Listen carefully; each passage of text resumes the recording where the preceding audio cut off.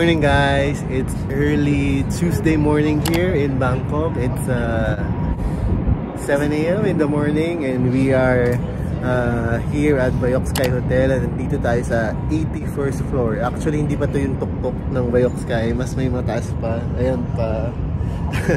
So nandito lang tayo sa 81st. Itong 81st isa ito sa mga lugar where you can eat your breakfast buffet at saka ano pa ba, may mga restaurants din dito. Nakaganito kasi mataas yung araw. Look at my view naman.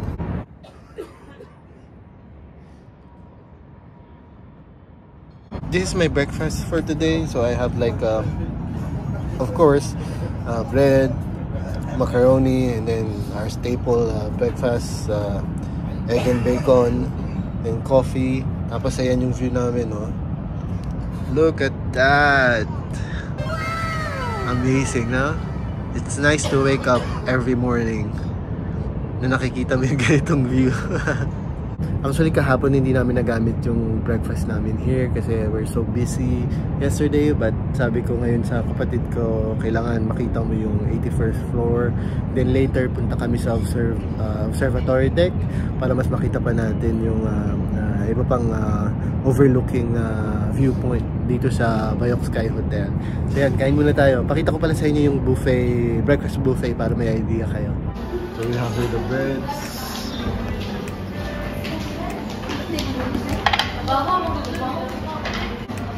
the fruits here.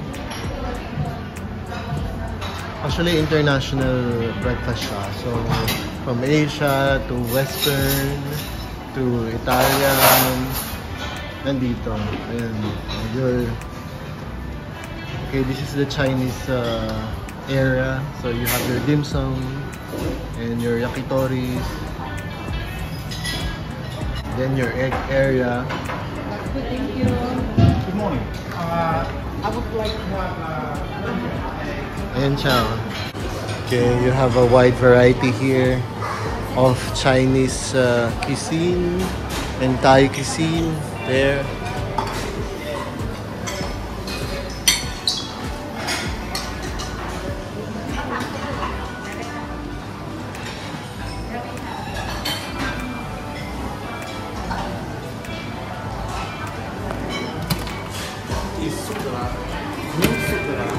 Then you have your salad station here. Say hi, ate. Alright guys, good morning. We are on our last day here in Bangkok. Last day na namin kaya medyo kalmado yung itinerary. Punta kami ngayon, we're on our way to Dam Noen Sarawak Floating Market. It's just an hour away from Pratunam, kung nasaan yung hotel namin. Tapos experience lang namin yung floating market. Actually siya yung hindi pa nakaka-experience sa floating market, pero na-experience ko na siya many times before. So we decided to just rent a van para mas convenient to travel. Van car pala, SUV. Tapos pag pumunta naman kayo ng Dam Noen Sarawak floating market, it's just easy. You can ride the train or you could also take a cab. Yun, pwede naman siyang i-DIY, pero yun nga, for convenience, nagrenta lang kami ng sasakyan para dire-diretso na kami. And then later we'll just have a dinner cruise ulit para to end the day here in Bangkok, to end the tour here in Bangkok. So yun, see you guys dun sa floating market.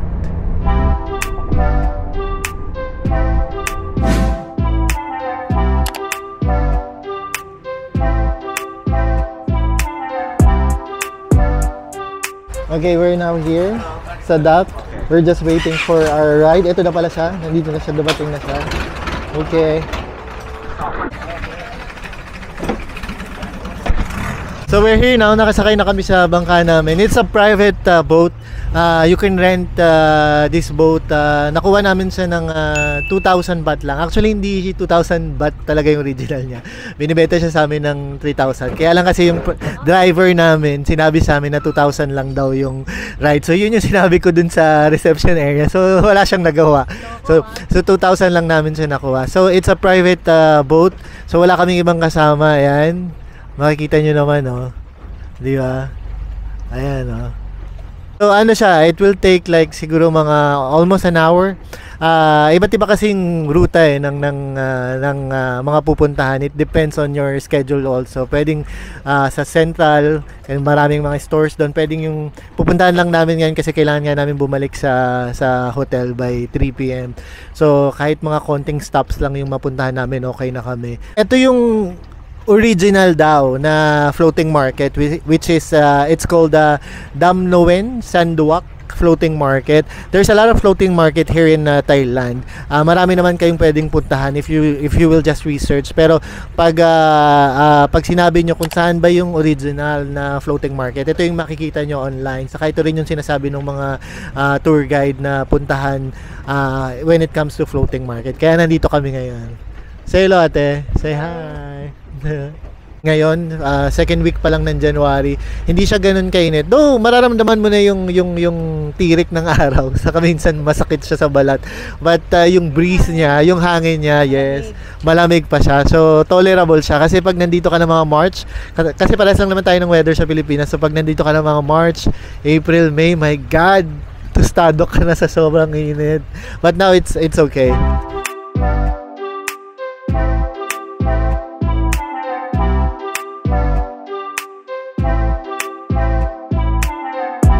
We're here, dito kami sa mga souvenir shops. Ayan, no, tabi-tabi.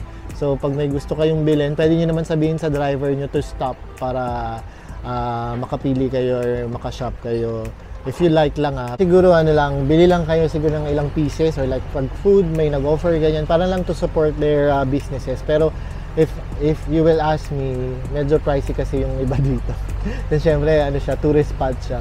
So if you're going to buy pasalubong, baka doon na lang talaga sa city or talagang sa mga bilihan ng mga pasalubong like night markets. Pero dito, ano lang, siguro mga food yung pwede nyong bilhin pag may nakita kayo or like mga small souvenirs or like, ayan, ito, katulad nito, ang daming dresses, Thai dresses, ayan. Pwede naman to support them.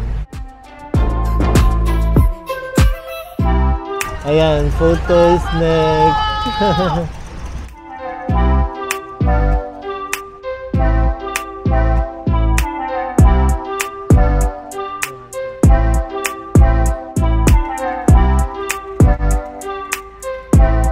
So yan lang yung challenge pag sobrang daming boat, di ba? Na magta-traffic jam.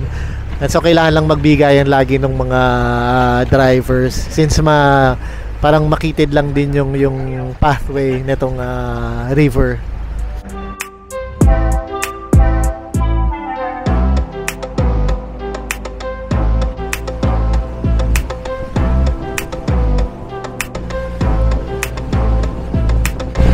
Yan, ang bilis.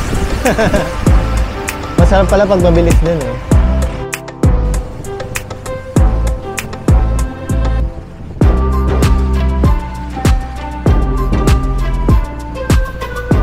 So guys, nandito tayo sa area ng tour na makikita natin na residential. So marami din palang nakatira dito. It's not just market. So may mga, ayan, may mga bahay din. Ayan, nandito sila. Ayan.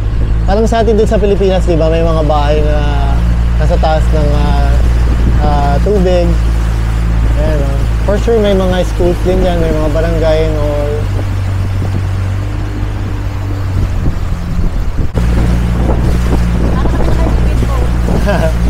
Yeah, parang naka-speedboat.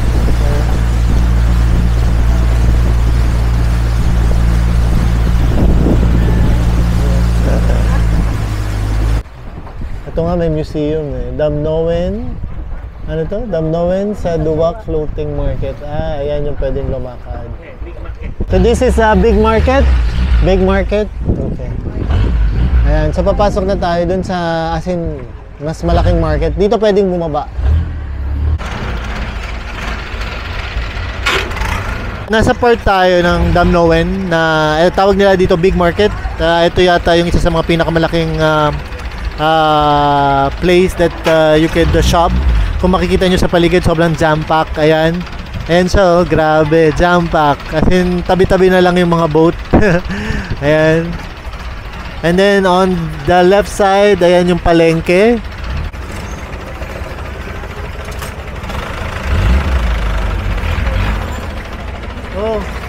ice cream, gusto ko yun. Alin? Coconut ice cream.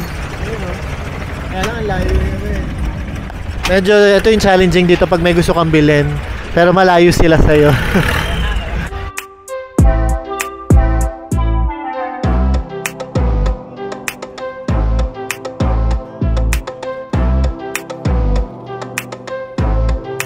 Traffic jam. May traffic din pala dito sa floating market. Ayan na. Kanya-kanya ng diskarte. Kanya-kanyang diskarte na ng labas. So, paano makakalabas?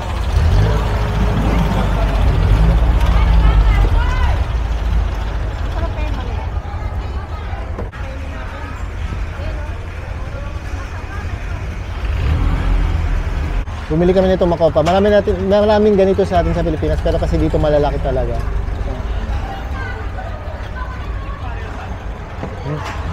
Tamis. Di ba may sausawan siya? Wow.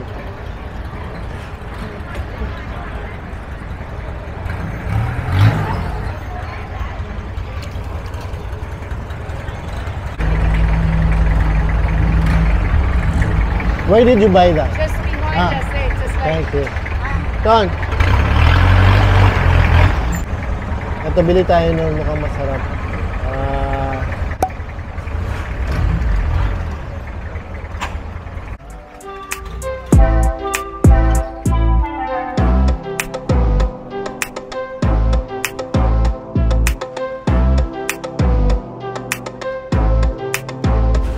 We'll get coconut ice cream. Thank you. So here's the coconut ice cream. 100 baht to. Magkano to? 100 baht ba? 100. Looks nice. Tikman natin.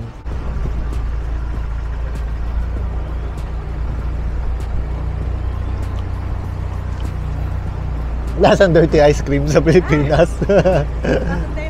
Yeah. Pero masarap naman.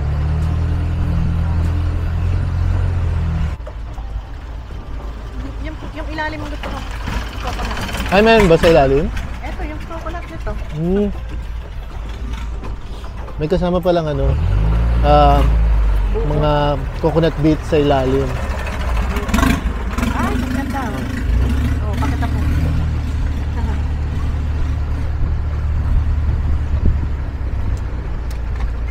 Ayoko na.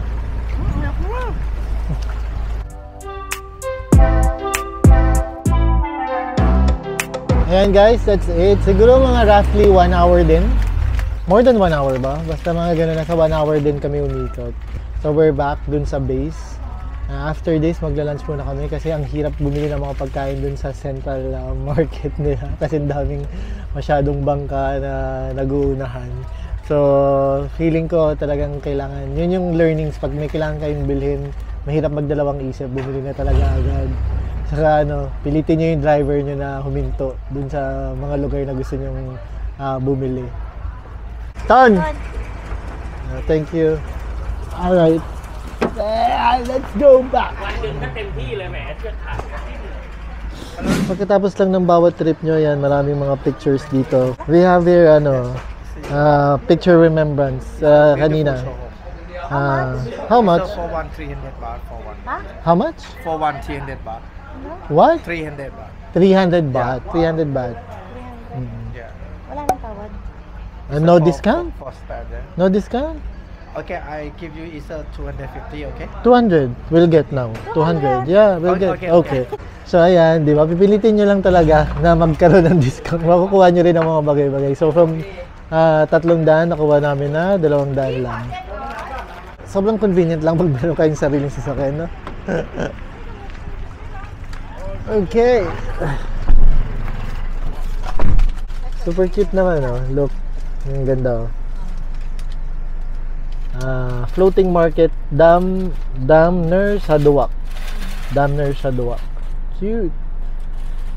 Uy, ang gwapo ko dito. So guys, magku-quick room tour tayo.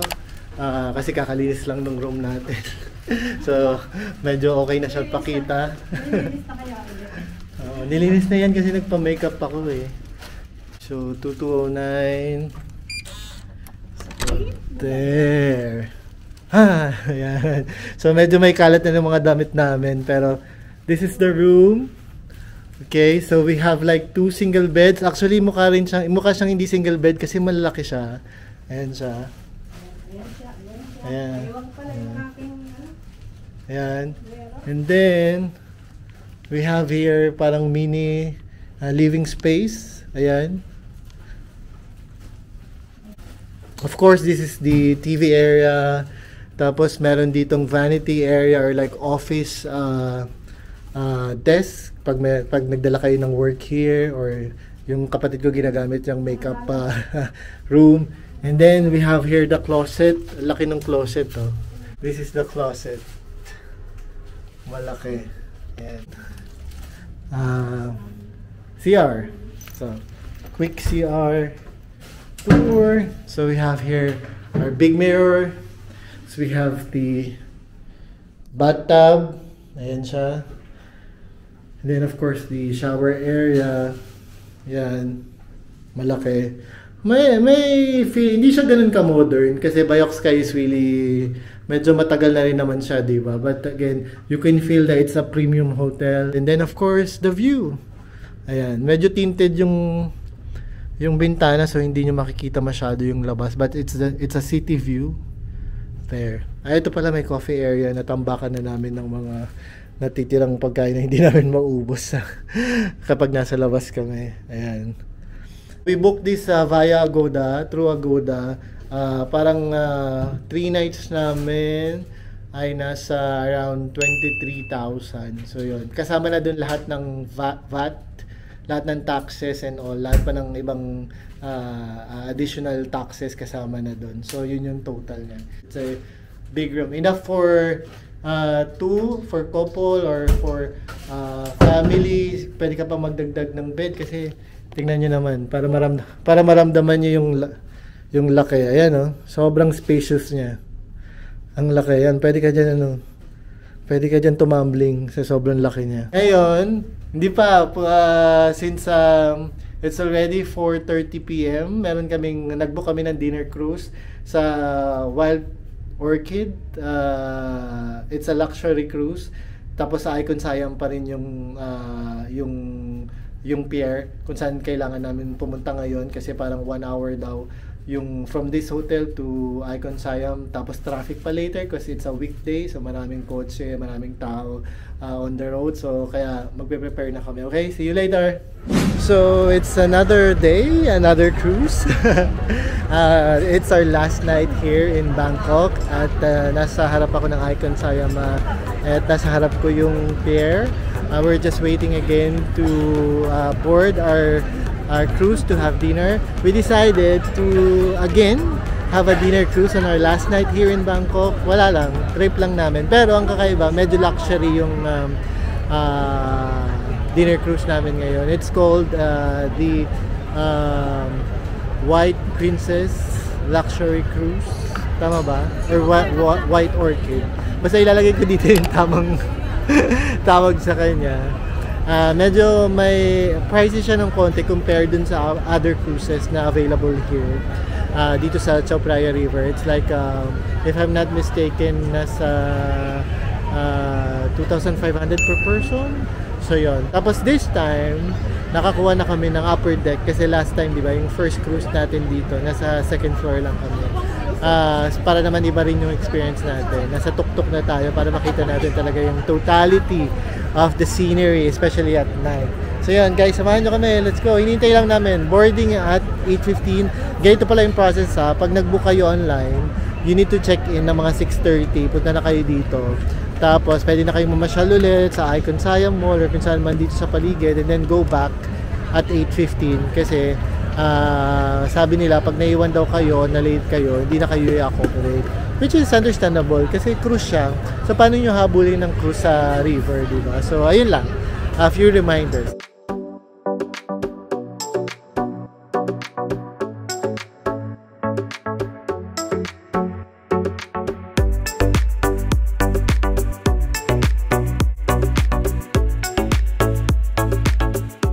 Huwag nyo itong wawala guys. Sobrang importante nito kasi ticket natin to. Okay, so it's important na huwag nyo iwala yung ticket nyo. Okay, pahatabi na to. The luxury white. Yun pala siya. Yun yung tawag sa kanya. The luxury white. Ang laki niya. Para siyang... Actually, kasing laki lang siya nung unang cruise natin. Medyo mas maganda lang. Saka mas parang... mas expensive. Mas expensive tingnan. Di ba? Mas mahal tingnan.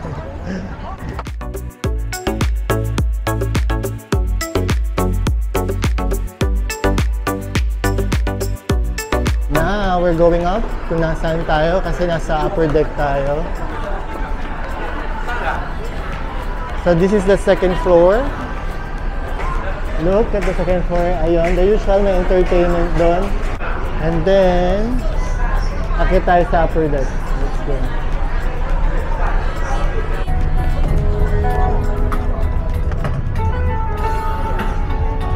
Okay, so here we are. So here's our waiter. Ina-assist niya kami papunta dun sa table namin. Look, nasa upper deck kami. Yay, finally. This one? Okay. Alright, thank you.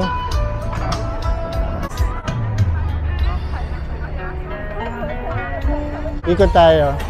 Tingnan nyo. Super spacious, sobrang laki. Let's check out the food, kung ano yung mga food nila. Hello! We have rice here.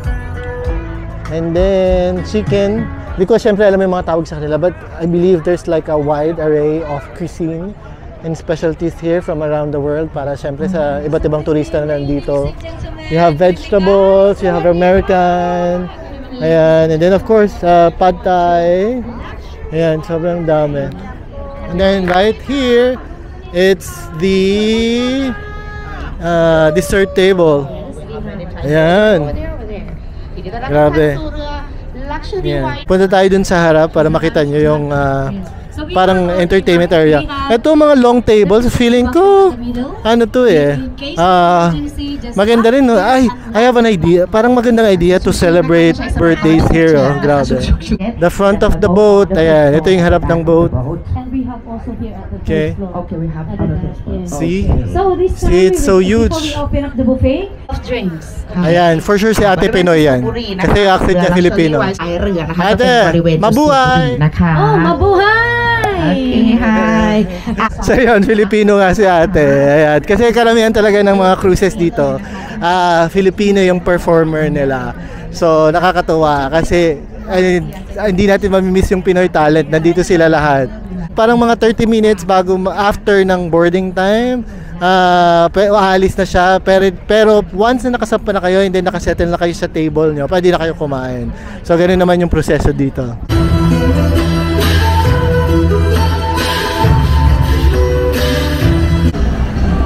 So guys, ayan pala yung sinakyan namin last time.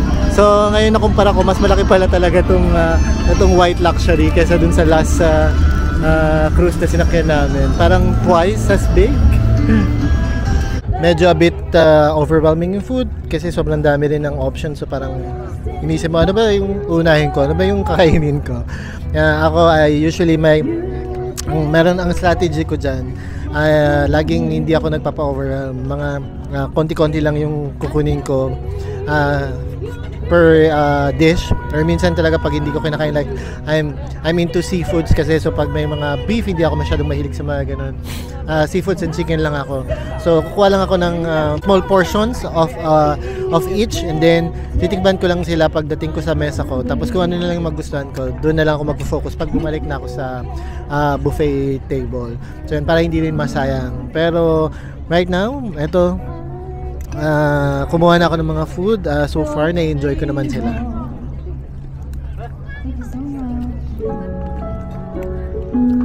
Itadakimasu. Japan.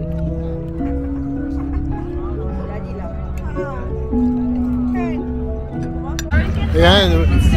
Nasa ilalim tayo ng bridge. Woo! Yes! Nasa ilalim kami ng bridge. This is the first practice because the second one is lower. Nataas yung bridge natin.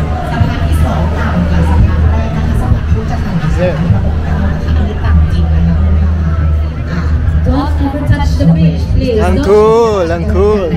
Super cool. Now there's the Wataroon. Look, so nice. Maganda, look, diba? Nagko-cruise ka na, kumakain ka pa ng masarap, tapos ganito pa yung makikita mo sa paligid mo. Diba? Super nice!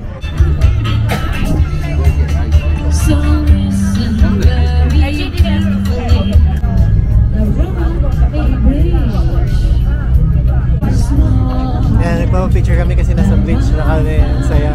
Yes.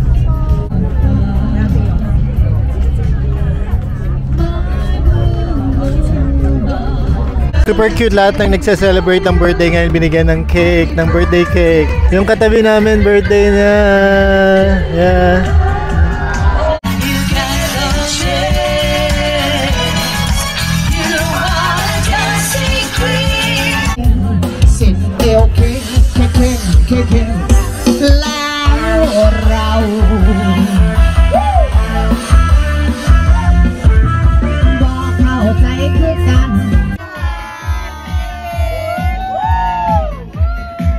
So guys, ayan, sana nag-enjoy kayo dito sa 3 days natin sa Bangkok. Ang dami ko na rin kahit pa paano napuntahan kahit in a short time. At sobra ako nag-enjoy at saka to reminisce yung mga talaga ng mga favorite spots ko dito sa Bangkok. Not just the places but also the people. There are a lot of special people here in Bangkok in my life. So nakita ko rin sila. So yun lang guys, maraming salamat. This is Alex D. Please don't forget to like, share, and subscribe. Till next time! Kapkun ka!